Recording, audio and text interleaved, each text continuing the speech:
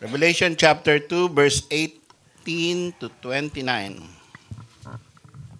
The Bible says, "And to the angel of the church in Thyatira write, These things saith the Son of God, who hath his eyes like unto a flame of fire, and his feet are like fine brass. I know thy works and charity and service and faith, and thy patience and thy works, and the last to be more than the first. Notwithstanding, I have few things against thee, because thou sufferest the woman Jezebel, which calleth herself a prophetess, to teach and to seduce my servants to commit fornication, and to eat things sacrificed unto idols. And I gave her space to repent and of her fornication, and she repented not.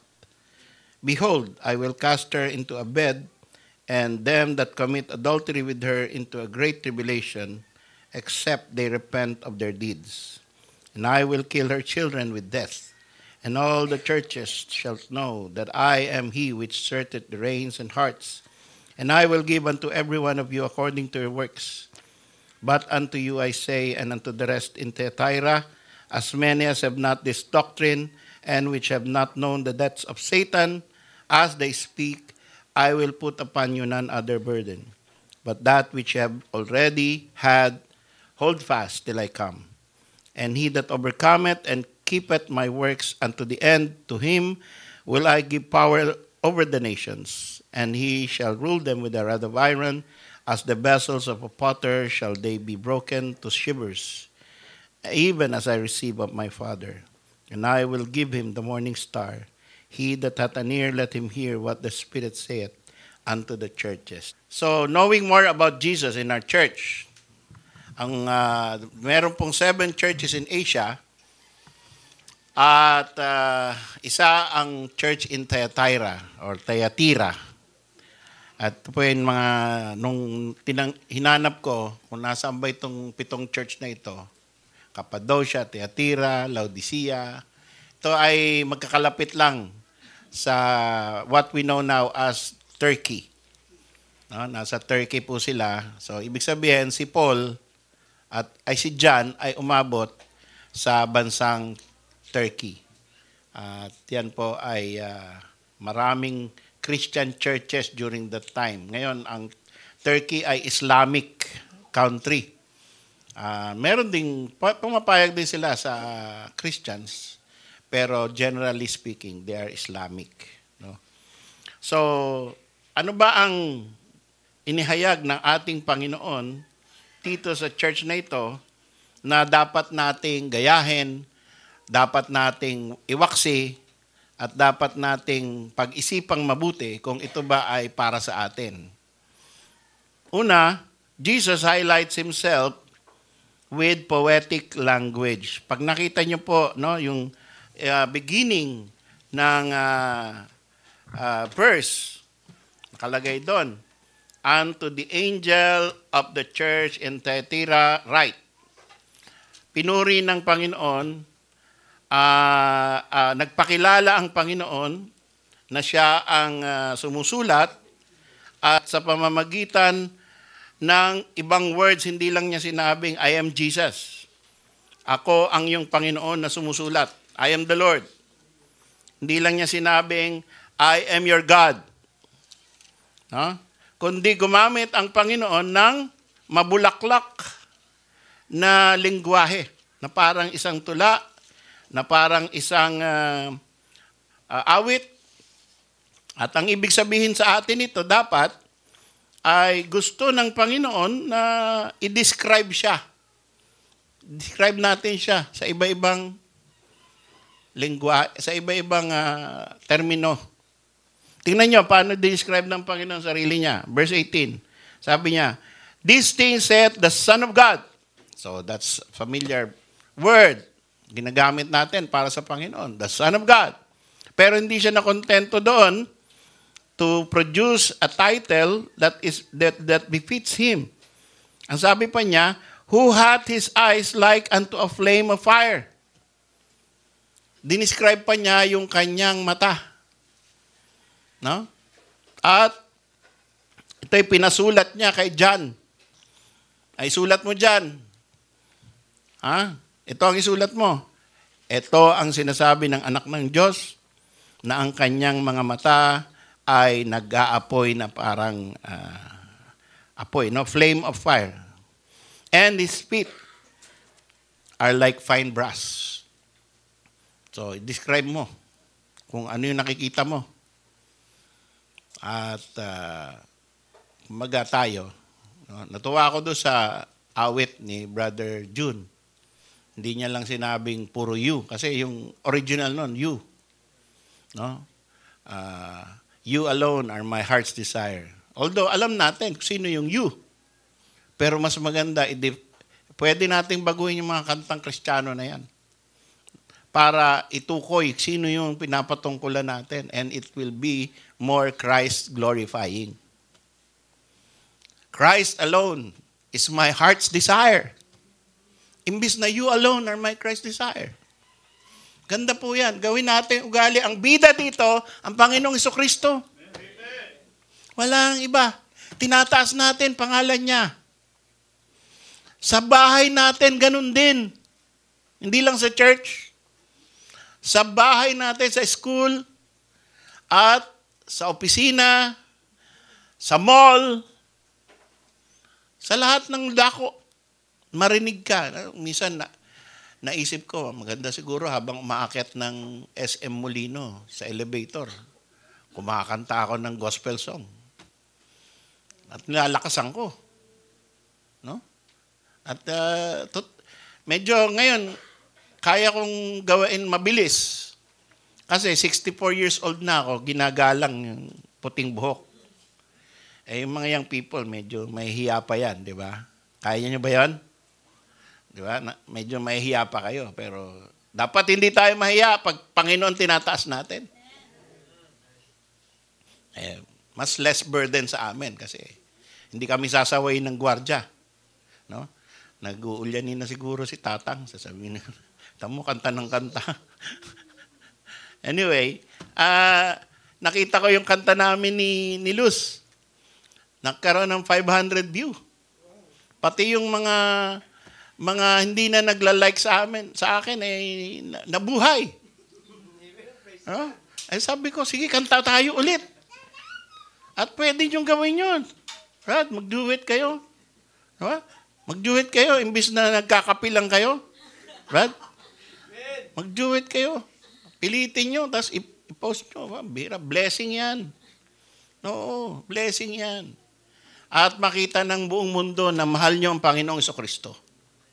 Now, sabi rito ng Panginoon, ito ako. Now, ang dami pong description sa atin, Panginoon. He is the rose of Sharon. He is the lily of the valley. He is the bright and morning star. He is the fairest of 10,000. Ang daming description sa ating Panginoon. Gamitin natin. At pwede, kahit nagpe-pray ka, gamitin mo yun. Oh Lord, Jesus Christ, Son of God, I call upon you. You who have eyes like a flame of fire. Huwag lang yung shortcut, no? Panginoong Jesus, ako po ay lumalapit sa inyo ngayon. Aking Ama, pagalingin niyo po ako sa aking sakit ng ipin. Amen. In Jesus' name, amen. Maikli lang. No? Bigyan mo ng description. Natutuwa ang Panginoon pala doon sa ganun eh. Diba? Oh Lord, my Savior, the one who died for me, the lily of the valley. Dagdagan mo nung bulaklak. Di ba ikaw? Di ba yung mga babae natutuwa pagka sinasabi na, ikaw lang talagang mahal ko eh. Alam mo, nung nakita kita noon, 40 years ago, natuwa pa rin siya eh. Oh, it never wears out. No? Nung nakita ko yung chin mo habang kumakanta ka, talaga naman, na-amaze ako sa iyo. Di ba? So, hindi mo naman ginagawa yun ng pabulaklak lang ng bibig or para lang may makuha ka sa kanyang masarap na luto. No? Talagang serious ka, sincere ka, na totoo yung sinasabi mo. At minsan sasabihin niya, oh, sige na nga, anong reward gusto mo? Anong ulam gusto mo? Hindi, talagang mahal lang kita. Walang reward, kahit wala. Okay lang. Kahit tubig lang. Na, timpla mo na akong kape. Ang Panginoon natin ay gusto niya, dahil siya mismo, ginagawa niya sa sarili niya, na merong extra description. So let's do that. Huh? Okay, we will do that? Amen. Jesus also reveals His knowledge of every corporate action of the church. Tingnan niyo po ang sabi, I know thy works. Alam ko ginagawa mo. Thyatira, SGBCI, alam ko ginagawa nyo. I am observing you. The Lord Jesus Christ is observing us as a church in this worship service. Sino nakikinig? Sino nagsa-cellphone? Diba? Mamaya. Yung iba. Sino nasa labas? No? Sino ang not paying attention? Okay? You are here physically, but your spirit is outside.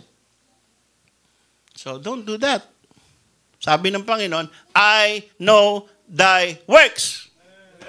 That should be a rebuke. Mag-ingat tayo sa ginagawa natin. And of course, He knows our works not only in the worship service, but even in our different houses. Because the church is still a church kahit na na-dismiss ang church. Church pa rin tayo. Kahit na umuwi na tayo sa kanya-kanyang bahay, we still are the church. So, hindi napuputol ang pagiging member natin ng church porket hindi na ako nakikita ni pastor. 'Di ba? Naalala ko lagi yung isang illustration na binigay ni pastor sa akin, yung pastor ko dati. Kumakatok siyang ganyan, nagbi-visitation. Tapos biglang naririnig niya habang kumakatok, sa letrang O! Tapos, sino yung kumakatok? Tingnan mo nga. Sa letrang B! Pagbukas na gano'n, binaksak ulit. Hindi pinapasok. Si pastor! Biglang nagkagulo. Tapos bukas, tuloy. Kayo, pastor. Maayos na. Wala na yung mga comics. Nasa tabi, may Bible na sa pagkainan. Yung isa, nagbabasa kunyari. Nakatabi na yung mga bingo. May natira pang pitsa. Di ba?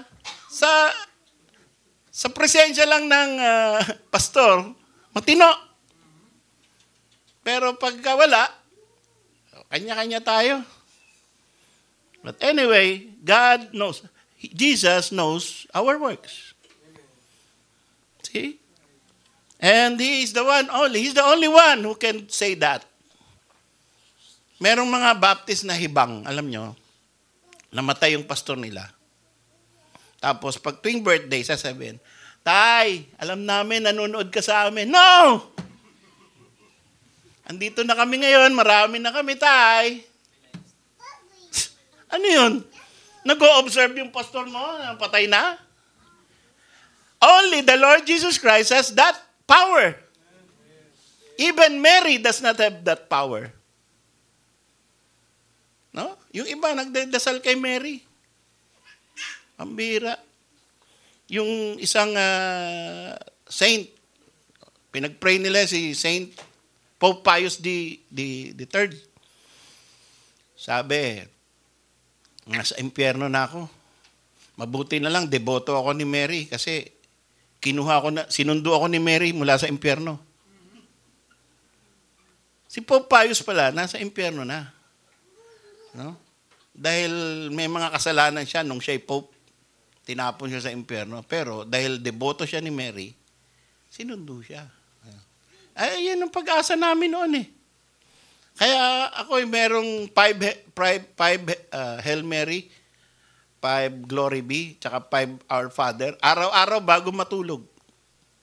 Dinadasal ko yon kasi pagka in case kulang yung aking good works, susunduin ako ni Mary. Yan ang doktrina namin. And that is wrong. Because only Jesus has the power na kahit siya ay, kasi alive siya, hindi naman siya patay eh. He's alive. But the saints who are dead, what they are doing, if they are saints, if you have a departed loved one and he is in heaven, she is in heaven, she is busy observing the Lord Jesus Christ, admiring Him, admiring the glories of heaven, and not looking down on earth and saying, naku, bakit absent na naman yung anak ko? Naku, anak, ano kaya gagawin ko? No? Pagagalawin ko yung baso para hilain ko yung paa. Para malaman nila na nanonood ako sa kanila. No? So, Jesus revealed His knowledge of every corporate action of the church. Jesus observes all churches. Ito pa isang power ng Panginoon sa church. Jesus has the power to observe all churches simultaneously. Ang daming nagwo-worship service ngayon na church. Hindi lang dito na andito ang Panginoon nakatutok. Kaya niyang habang pinapanood niya tayo at binoglorify natin siya, nandun din siya sa kabilang church. Sa iba pang mga churches. At sa ibang bansa. Sabay-sabay yan, pinitingnan ng Panginoon. I know thy works. See? Only the Lord has that. Because He is omniscient, omnipresent, omnipotent. I know thy works and charity. Meron kaya tayo nun? Sana, no? Sana we are a charitable church. A church which gives. Sana meron tayong mga outreach. No? Sana nga, dumating yung panahon na tayo magkaroon ng mga doktor. No? Magkaroon tayo ng medical mission, dental mission, na libre na ipamimigay natin yung mga gamot. At iba pang mga social services for the glory of the Lord Jesus Christ. So, we are still young. Diba? 1-year-old pa lang tayo. We can have those things. Hindi yung puro hamig lang tayo. Diba? Lahat ng offering. Dito. Mayaman na tayo. Dami na nating pera sa bangko. Yun nga ang isa sa mga failure ng church. Pagka dumating ang Panginoon at meron silang milyon-milyon sa bangko na hindi nila ginamit sa evangelism, na hindi nila ginamit sa pagtulong sa community at sa mga brethren. Ang dami naghihirap, hindi nila binibigyan kasi ini-stack. Hindi po yan ang purpose ng giving. We are to be a church of works and charity and service and faith. So may worship service tayo. We must try to be in the worship service. Hindi lamang Sunday, pati Wednesday. At kung magkaroon pa tayo ng Friday or other day, Saturday, let's avail ourselves kung wala tayong ginagawang previous commitments. Ano pa? Faith, I know thy faith, I know thy patience, and thy works, and the last to be more than the first. Alam nyo ang karakteristik na sinasabi rito ng Panginoong Jesucristo sa Thyatira? Sabi niya, alam ko na patindi kayo ng patindi sa inyong ginagawa para sa akin. You know? The last to be more than the first. Mas matindi yung ginawa nyo last year kesa sa ginawa nyo long time ago. They are increasing in faith, increasing in charity, increasing in works, increasing in service for the glory of the Lord Jesus Christ. Ang gandang church niyan. At sana tayo ay makaganyan. No? Lagi nag-i-increase. Nag-i-increase sa attendance, nag-i-increase sa giving, nag-i-increase sa community work, nag-i-increase sa pagtulong sa bawat isa, nag-i-increase dahil gusto natin dagdagan ang paghahayag sa pangalan ng Panginoon. Kakibat lagi yan, kasama dyan yung good works. Hindi mo naman pwedeng purihin ng Panginoong Diyos tas bad works yung ginagawa mo. Good works. Diba? Because God is good. So itong nakikita nating gusto ng Panginoong pakilala at gayahin ng bawat church. Subalit, ito ang Panginoon ay hindi mapagkunwari. Hindi kagaya ng mga tayo, ako, na meron ka napapansin, pero ayaw mo sabihin. Di ba? Ganun tayo eh. Tatago natin. Baka masaktan. Ganun tayo. Natural sa atin yon. Yung kahit na magulang, may nakita mo yung anak mo na talagang lagi, halimbawa, laging mababa ang grade. Hindi mo sinasabing, nako, yung anak ko bobo. No? Ang bobo nitong anak ko. Magpapastor na lang to. Wala tong kinabukasan. Ay, yung isa kong anak matalino ko, abogado yan. Itong isa bobo. Wala, pastor na lang to. So, merong mga hindi natin sinasabi, pero nasa isip natin. Di ba? Minsan meron tayo isip na racist. No? Nakakita tayo ng negro. Naku, magnanakaw ito. Racist tayo eh, no? Meron tayong nakitang gusgusin. Naku, delikado to. Baka hudaper ito. Yung pala, mayaman, nag-disguise lang. Uso ngayon yun eh, no? Bilyonaryo pala. No? Nag-iintay lang na tulungan mo tapos bibigyan ka ng 100,000. Yun ang uso ngayon eh, no? Mga prank. Okay. So, marami tayong tinatago na pakiramdam. Sana nga, marunong din tayo magtago, no? Hindi tayo masyadong, tawag doon, prangka. Masama rin yun eh. No, yung prangka, alam mo, prangka ako eh. Alam mo, ikaw, sa tingin ko lang ikaw, wala, hindi kita dapat kaibigan. Prangka lang ako, pasensya ka na. Mga ganun. Hindi maganda yun, ano? Pero ang Panginoon, itong maganda sa Panginoon, sa pagkaprangka ng Panginoon. Sa 20, verse 20, no? Revelation 2:20. Notwithstanding, I have a few things against thee, because thou sufferest that woman Jezebel, which calleth herself a prophetess, to teach and to seduce my servants to commit fornication. Okay, so, what is involved here?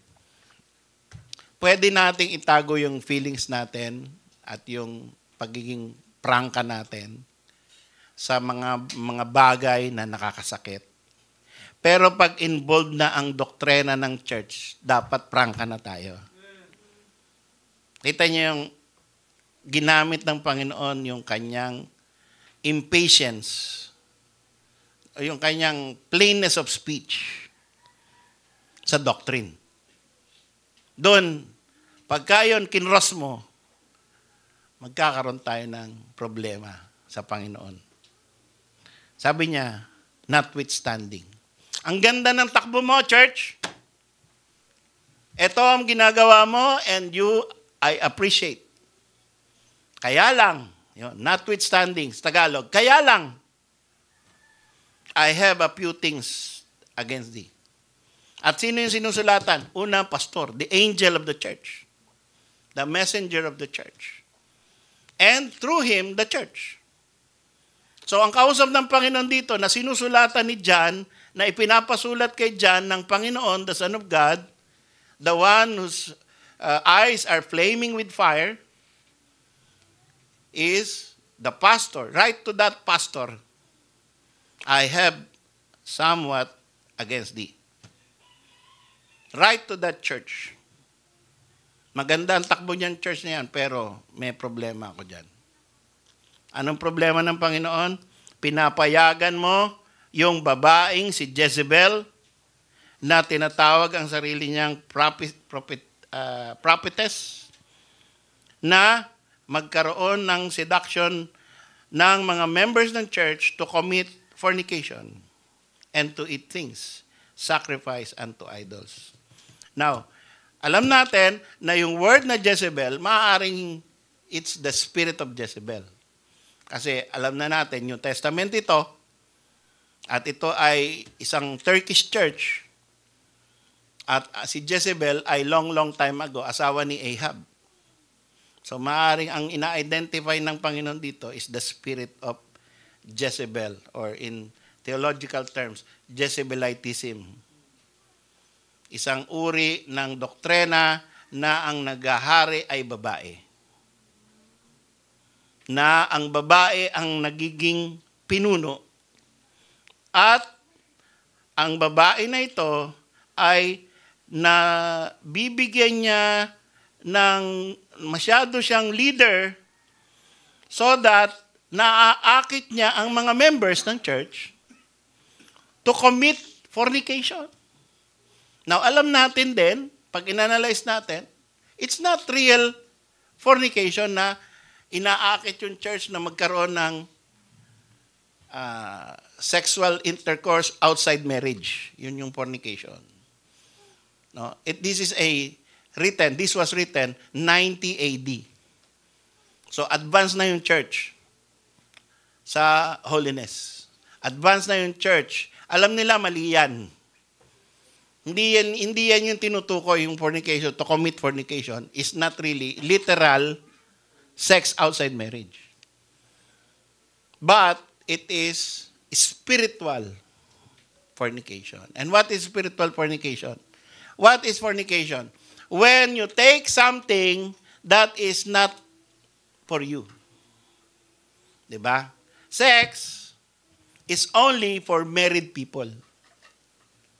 But if you do something na para sa mag-asawa lang, pagkatapos ginagawa ninyo na parang kayo mag-asawa, that is fornication. Uso ngayon yan sadly, kahit sa mga churches. Naririnig ko, nababalitaan ko, binibigay sa akin yung impormasyon. Uso yung live-in. No? Live-in. Hindi mag-asawa, nagsasama. Merong gustong pumunta dito, nag-live-in. At sabi, ay, pwede po ba kami dyan magpabaptize? Sabi ko, maghihiwalay kayo. May anak po kami. Kahit na, maghihiwalay kayo. So, suportahan mo yung anak mo. Okay? Suportahan mo yung anak mo. Kung magbabaptize kayo pareho, pwede kayong umattend, magkasama, pero sa iba ka titira. Siya, sa iba nakatira. Pero suportahan mo, tatay ka nun. Yun ang solusyon doon. Hindi rejection. Diba? Hindi ko sinabing, ay nako, kadiri kayong mga tao. Ba't nyo nagawa yan? Tapos sinasabi yung Kristiyano, sa iba kayo. Hindi ganon. Hindi tayo nadidiri. Binibigyan natin ng pag-asa because God is a God of mercy and a second chance. So, pwede yan. Pero iayos. Hindi natin gagawin, sige, baptize, sayang hindi. Dalawang member na bago yan. Diba? So, pwede na. Hindi. Ayaw. Di sige. Kung dito kayo, ganon. Kung ayaw nyo dito ng ganong patakaran, maghanap kayo, baka meron. Iba. Malamang meron eh. May tatanggap dyan. No? Pero sa atin, hindi. Okay? Now, sabi dito, No, yung fornication, spiritual fornication, is taking something that's not yours. Hindi pa dapat sa'yo. So, kung ano man ang ginagawa nitong Jezebel na to, wag nating, sabi ng Panginoon, hindi mo dapat pinapayagan yan. Yang ginagawa ng babae na yan, hindi mo dapat pinapayagan. Okay? So, sabi, prophetess. Ibig sabihin, nagpe-present sa sarili niya na siya ay leader ng church. Okay? So, ayaw ng Panginoon ng babae, leader ng church. Pwedeng ang babae, leader ng kapwa babae. The aged women should teach the younger to be sober keepers of the home. Yun ang sabi. So, may leadership din ang mga babae. Meron ding mga ministry ang mga babae. Pero, to usurp authority over a man and to take a leading role in the church, it's not for them. That is the scripture. At na-offend ang Panginoong Jesucristo, the owner of the church, sa mga babaeng Jezebel. At pagka ang pastor ay pumayag na merong Jezebel sa church, meron tayong kalalagyan as a church. At nanonood ang Panginoon sa ating church. Hindi tayo pwedeng makalusot. Diba? Okay, so palagpasin na natin yan. Ang sabi pa sa 21, I gave her space to repent of her fornication and she repented not. Ang Panginoon ay mayroong space. Hindi siya biglang namamalo. Diba? Hindi kagaya ng ibang tatay, palo agad. Meron ako nakwento sa akin eh. Sabi nung, may nagigitara yung lalaki, nagigitara ganyan. Tapos, Lito, mag-give ka na ng tubig. Tinuloy niya yung paggigitara niya. Ayun pala, palapit na yung tatay niya. Hindi na nagsalita kasi hindi agad kumilos. Kinuha yung gitara, inihampas sa likod niya, warak yung gitara. Tindi, no? May mga tatay na ganon. Malupit. Diba? Merong namamalo agad, sinturon agad, walang space. No, buti na lang yung ibang tatay dito, may bilang pa. Isa! Isa't kalahati. Paunti-unti pa yun, may fraction pa eh. Pero ang Panginoon, gano'n eh. Sabi, I gave her space to repent. So, ating Panginoon ay patient, long-suffering to usward. Diba?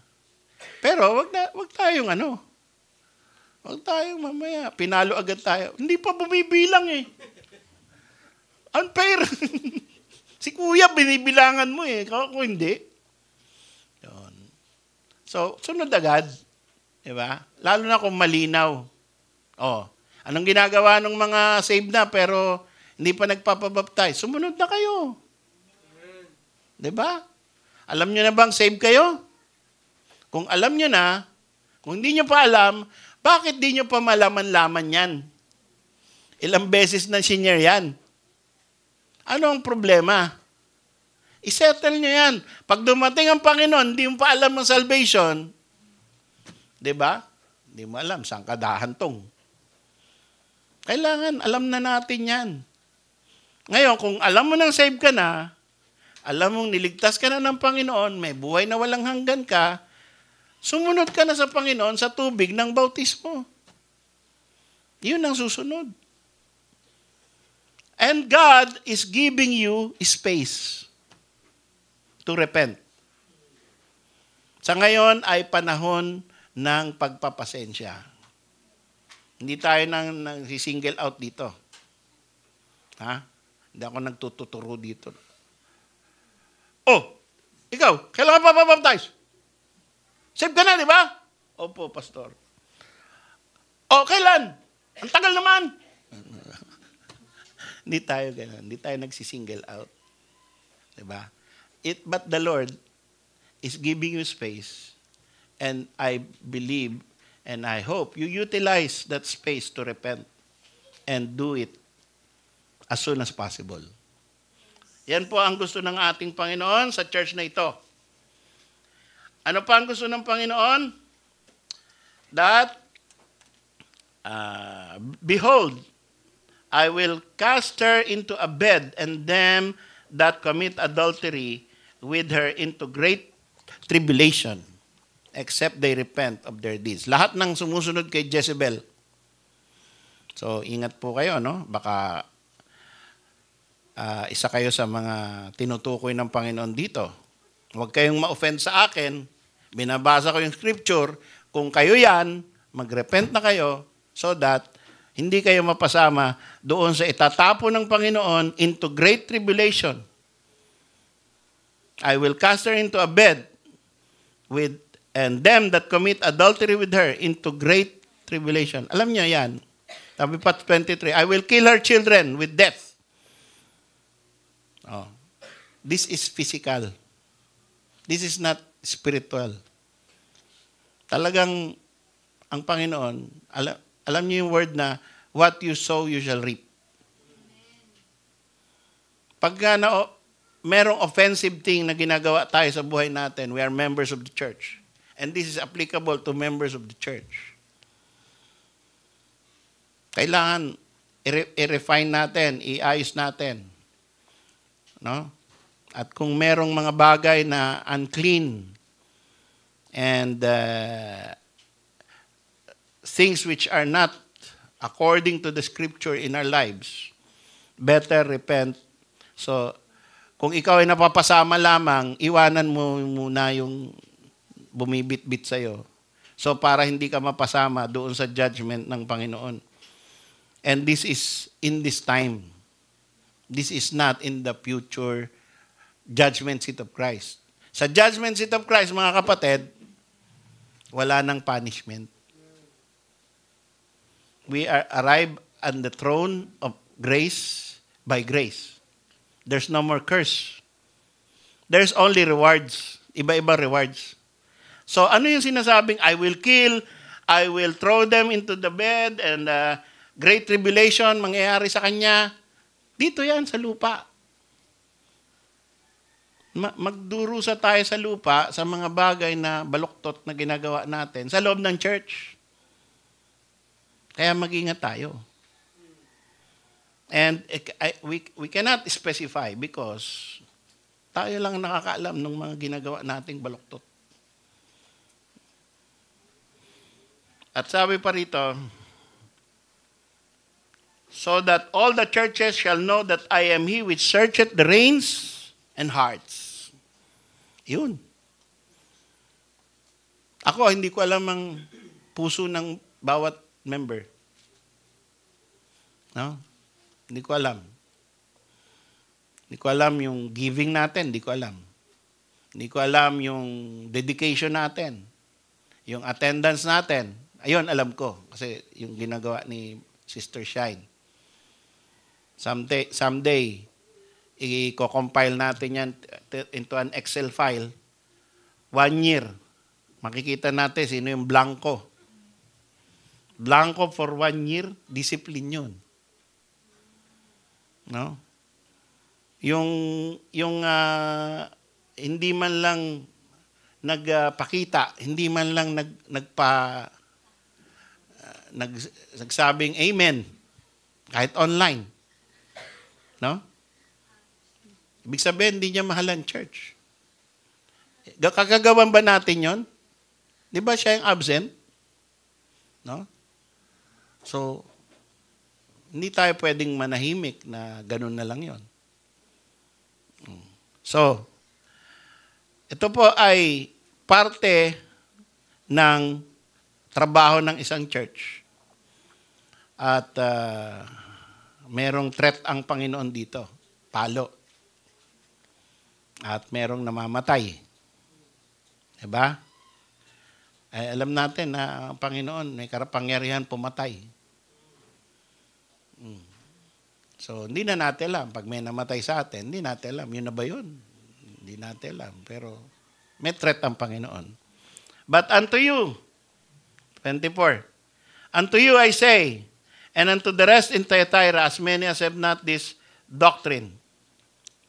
Kayo na mga hindi sumasama sa false doctrine, sa kay Jezebel, sa mga maling gawain, mga maling ugali, kayo na mga faithful dito sa church nyo, I will put upon you none other burden. Tuloy nyo na lang yung inyong faithfulness. Ako'y natutuwa sa inyo. That is the word of the Lord. Okay? Tuloy nyo yung faithfulness nyo. Mag-invite kayo. Mag-tithes kayo. Mag-attend kayo. Mag-participate kayo sa programs ng church. Soul win kayo sa inyong sari-sariling formats. Social media or face-to-face. Umawit kayo sa Panginoon. Mag-participate kayo sa mga or gumawa kayo ng sarili ninyong enthusiastic way to share the gospel. Ang daming paraan. You don't need to stand in this pulpit to be a blessing to the church. Ang dami-daming paraan. And that is the encouragement of the Lord na kung hindi kayo sumasama dyan sa false attitude, false doctrine, I will put upon you none other burden. But that which you have already, hold fast till I come. Yung hawak mo na, yung faithfulness mo na, panghawakan mo na lang yan. Higpitan mo ang hawak mo hanggang dumating ako. Di ba? Huwag ka nang magbago, huwag ka nang panghinaan. Kahit hindi ka nakikilala na ikaw ay isa sa mga tapat sa SGBCI. Kahit hindi ka napapansin. Basta hold fast till I come. Okay? So, yan ang habilin ng Panginoon natin. Ito ang maganda. He that overcometh and keepeth my works unto the end, to him will I give power over the nations. The Lord Jesus Christ has a millennial reign. May darating po na 1,000 years na ang Panginoon ang magiging president of all presidents, king of all kings, lord of all lords, ruler of all the nations. Uupo siya doon sa kanyang trono, sa trono ni David sa Jerusalem. Yung pinag-aagawang bansa ngayon. Pinag-aagawang city ngayon. Jerusalem. Doon uupo ang ating Panginoon physically. And He will rule with a rod of iron. Mahigpit. Hindi babait-bait na rule. Kundi malupit na pagiging presidente. At sabi niya rito, kapag ikaw ay overcomer, kapag ikaw ay tapat sa doctrine, kaya meron tayo nito eh. Ito, para tapat tayo sa doctrine.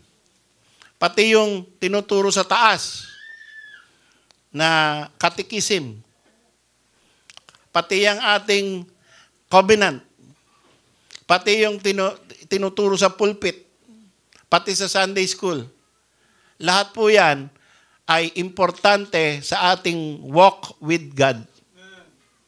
At sa ating paglakad sa kasama ang Panginoon, ay nag-o-overcome tayo, hindi tayo natatalo. Consistent tayo. At pag consistent tayo, itong pangako ng Panginoon, He that overcometh and keepeth my works unto the end, to him will I give power over the nations. It's not in vain. Yung mga ginagawa natin dito, nakikinig kayo faithfully, at nagdidesisyon kayo, gagawin ko yon. Susunod ako doon. hanggang sa matapos ang buhay ko, I will be faithful to the Lord. Yan ang determination mo. Ang sermon kasi, mga kapatid, diyan nag-uumpisa ang habits natin eh. Yung turo. No? Kaya kita nyo, yung iba, no?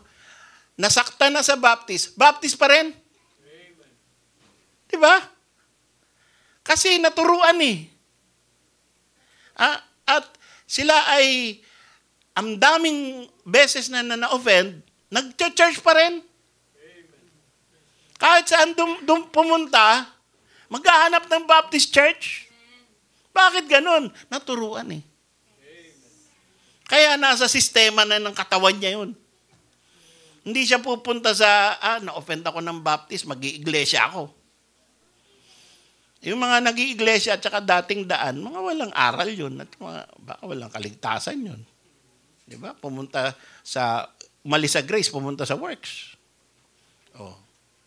Pero, ang alam natin, yung ilang beses ka na ilang taon ka na, determinado ka na diyan ka na mamamatay. Hindi dahil sarado kandadong Baptist ka, kundi andito yung katotohanan kasi. Alam mo. Hindi dahil naloloko ka lang o nagugoyo, alam mo eh. Alam mo yung truth. Kaya andun ka. Ba't ka pupunta sa lie? So, yan po yung tinatawag na overcoming. And yung overcoming and keeping of the works of Christ till the end ay may pangako, merong kaakibat na reward.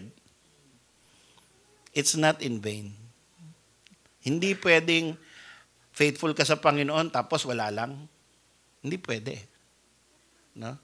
Naglingkod ka sa Panginoon all your life tapos wala lang. Pagdating mo ro sa langit, ano ka lang? Okay, thank you. Hindi. Di ba?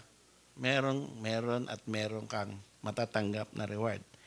And the Bible says, he that hath an ear, this is our end. He that hath an ear, let him hear what the Spirit saith unto the churches. Jesus always wants us to listen. He that hath an ear. May tenga ba tayo? Kung may tenga tayo na physical, hindi enough yan. Kailangan yung tengang spiritual bukas. That is the only way ma-appreciate mo ang mensahe.